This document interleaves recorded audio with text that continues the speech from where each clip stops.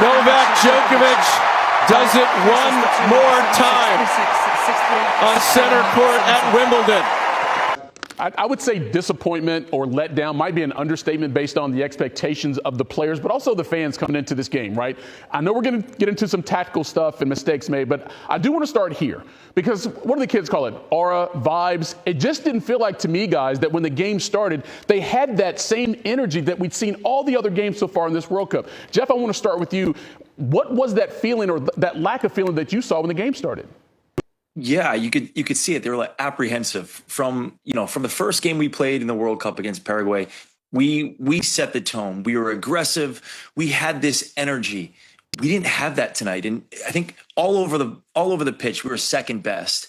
And you could sense that. We were second guessing. Do we step? Do we drop?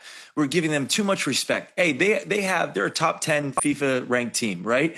But you got to give them respect, but you don't give them too much respect. They're also playing in front of our fans. And for us, I think we were apprehensive. We were nervous. Those are all big things. There's a huge knockout game. This is a rematch from 2014, which I had the privilege to play in. Listen, I understand those nerves, but just we had too much quality to go out the way we did tonight. I'm gutted, really. Yeah.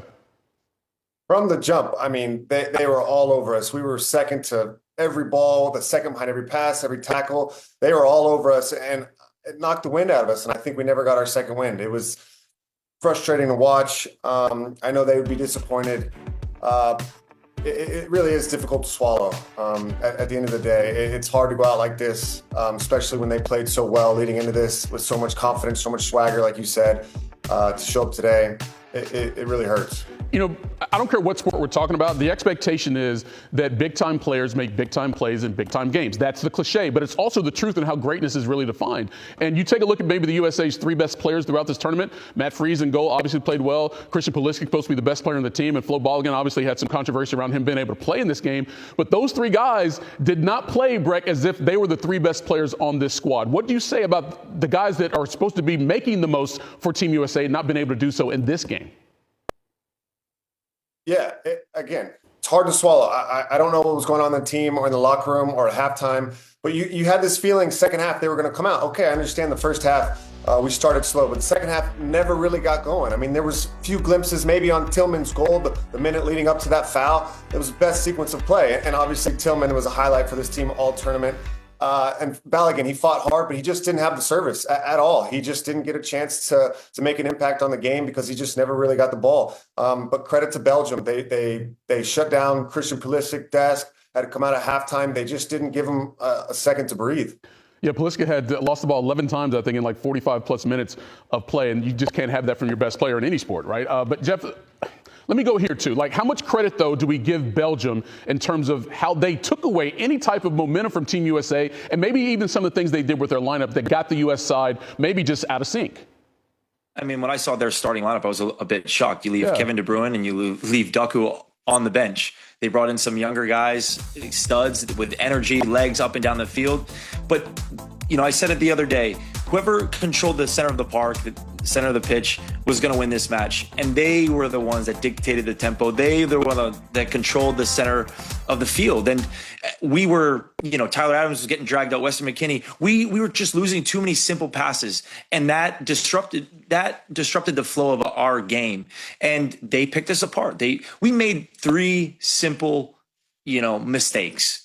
Poor mistakes. Maybe you can get away with that in a group stage game, and you can't get away with that with a knockout, because with a team like this, with top players, they'll capitalize on those mistakes, and that's what they did. I'm not in one to come and bash players for their performance. Listen, I've been on the other end. It's horrible to listen to pundits like myself now and all that. You don't want to hear that. But the one thing is, I am proud of these guys and what they did for the U.S., for the fans, for the inspiration that they provided these kids that have an opportunity to dream a little bit bigger. And, for me, that's where I started my dream. In the 1994 World Cup, I got to see, my first World Cup match. It inspired me to become a professional soccer player, and I was able to play for 20 years. So for me, that's what's the biggest takeaway that I take out. Yeah, did the guys leave it all out there? For sure. But that moment, these kids get to witness and watch these guys play and represent their country, that's inspiring. So kudos to them. Yeah, I'm sure overall it's a success. And we mentioned some of the things they'd never done before, but it's how they ended is going to sort of linger for a while. But let's go big picture and let's go to the future, okay? And Breck, let me start with you. How will this performance impact the future success of the next World Cup that Team USA plays in potentially? I'm excited for the future. You got a lot of these guys that'll hopefully be there at the next World Cup. It was exciting. They had a lot of really good stuff throughout the tournament. Really exciting play, exciting players. And like Jeff said, I'm proud of this group as a whole. They inspired the country. They captivated not just only soccer fans, but sports fans in general to fall in love with the game like me and Jeff did. And this is why we love the game. There's disappointments. There's ups and downs. And quite frankly, there's a lot more downs than there are ups in sports. And we all know that. Yeah. And the U.S. really need to continue to put themselves in good opportunities to play against top countries like a Belgium, whether it's England, going toe-to-toe with those guys, because that's where we gain experience. These knockout games, that's where you grow, you grow bigger in these moments and you get comfortable, be comfortable being uncomfortable. And these are the moments, the pressure, the Copa America that's going to come to the U.S. That's massive for us. And giving that experience. So without further ado, Director Matt. Let's go. Here we go. Give us a drum roll. Who are we so excited? Let's reveal the All-Star Reserve, starting with the guards. Okay, we have Sonia Citron, Alicia Gray, and Reinhard. Oh my gosh, you're Atlanta girls. Yes. You get your wish. Hey, how about Marina Mabry? Love that. Toronto. I love that.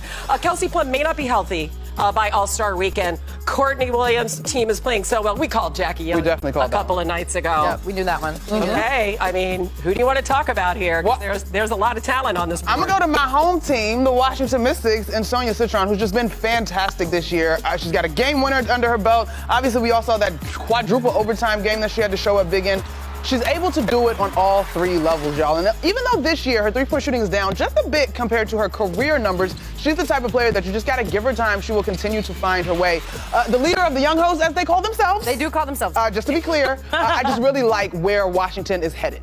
As much as I want to talk about the two Atlanta All-Star reserves, because Alicia Gray and Reinhard have been phenomenal. Alicia Gray getting to her left hand, Reinhard playing defense. I'm actually going to talk about Marina. Okay. Because Marina Mabry being the player on this expansion franchise, to me, is such a big deal. Like Toronto, their first WNBA team, they need a player to really get behind. That has been Marina Mabry, especially since Slim has gone down. Marina Mabry has stepped up. 53-point performance. Yeah. Tied the WNBA record for that total points in a game. She also tied the WNBA record with 9 made threes in that game. When you are starting a franchise, you need a superstar. That has been And she gives them toughness and attitude. I love it. Normally, I wouldn't talk about the team that she dropped 53 against, but this is a good day because Kelsey Plum is on the list. And I know it's hard when you have a player that's out that started the way she did. To be able to make an all-star still is remarkable. Did y'all see what she did to start the season? She has 24 points per game. She's been on one, and we talk about guards, but you have to have a game that reaches all aspects of the court. She was one of the best in the league when she was out there, finishing at the rim, which showed growth in her game. So I'll just say, Sparks can't wait to get you back. Yeah. And if she can't play, they'll give somebody else an opportunity. So we'll see what happens. There's a lot of opportunities going around. Yeah, there is. Oh, speaking of. All right, Matt, are you ready? Okay, can we get another drum roll, more lights? I don't know what you got for us. Who we got? Now we are going to go to the front court reserves, and boom. Kiki Arifin, there you go again. The Mystics getting 2, I'm really excited. I love it. Atlanta got 3. Atlanta did get 3. We wanted to John Paul Jones, how about I'm trying to keep it together. Y'all, Big Sis is an all-star, and I'm so happy for her. Can I go in? Yeah, go ahead. Okay. I know it's been a rough year so far for the Los Angeles Sparks, but she is the model of consistency. She is Madame President, and she's just a straight bucket, one of the most efficient players ever in WNBA history, and arguably gave us the moment of the season, the 30 game, 30 for 30. But most importantly, you guys, now that this is real, they tell me that this graphic is here, which is amazing because she is now in rarefied air. Wow. The number of players that have been 11-time All-Stars, just 3. Sue Bird leads the way with 13, but she's in a tie with Diana Taurasi, and obviously just to be in this class, to be in this company, I got to give shout out to you, Nokati. Nneka's been an all-star since that CBA was signed, but then backed it up on the court. Exactly. Man. What about Malonga? You guys, she's 20 years old. Yeah, I think that's where I'm going. Is that where I'm going? Yes, that is where you're going. Listen, I think to be in a situation, what's special to me about this one is to be in a situation that is currently building, I'm not going to say rebuilding. We didn't have much expectations for the Seattle Storm squad, but all Dominique Malonga has been able to do is go in and continue to add to her game. She's added the three-point line. She's obviously a great rebounder. She has the potential to be a defensive player of the year caliber player in this league. And so I think for her to get this nod, despite Seattle working through some growing pains, is a big deal. Third youngest All-Star ever, you guys. Yes. All right. Yes. All right, where are you going? Special congratulations to Kiki Iriafen and Jonquil Jones. we know you're talking about Atlanta. I held back talking about Atlanta with the guards. Okay. You already know I'm talking about Angel Reese. Okay. When it comes to this front court reserves, because Angel Reese, to be in a new city, new organization, and still have the same level of success, her third season in a row, averaging a double-double. Wow. Her activity on the rebounds, the offensive glass, the defensive rebounding, the playmaking with the ball in her hands, being able to face the basket, find her teammates on the move. She's also shooting the three-pointer more, so a little bit of the lower percentage, but she's added that to her game because of Carl Smesco's offense. It's only getting better and better for Angel Reese in Atlanta. She is 100% an all-star. I didn't have any doubt about it. If you doubted it, I don't know what you have going on. This was set in stone. This was set in stone. That's right.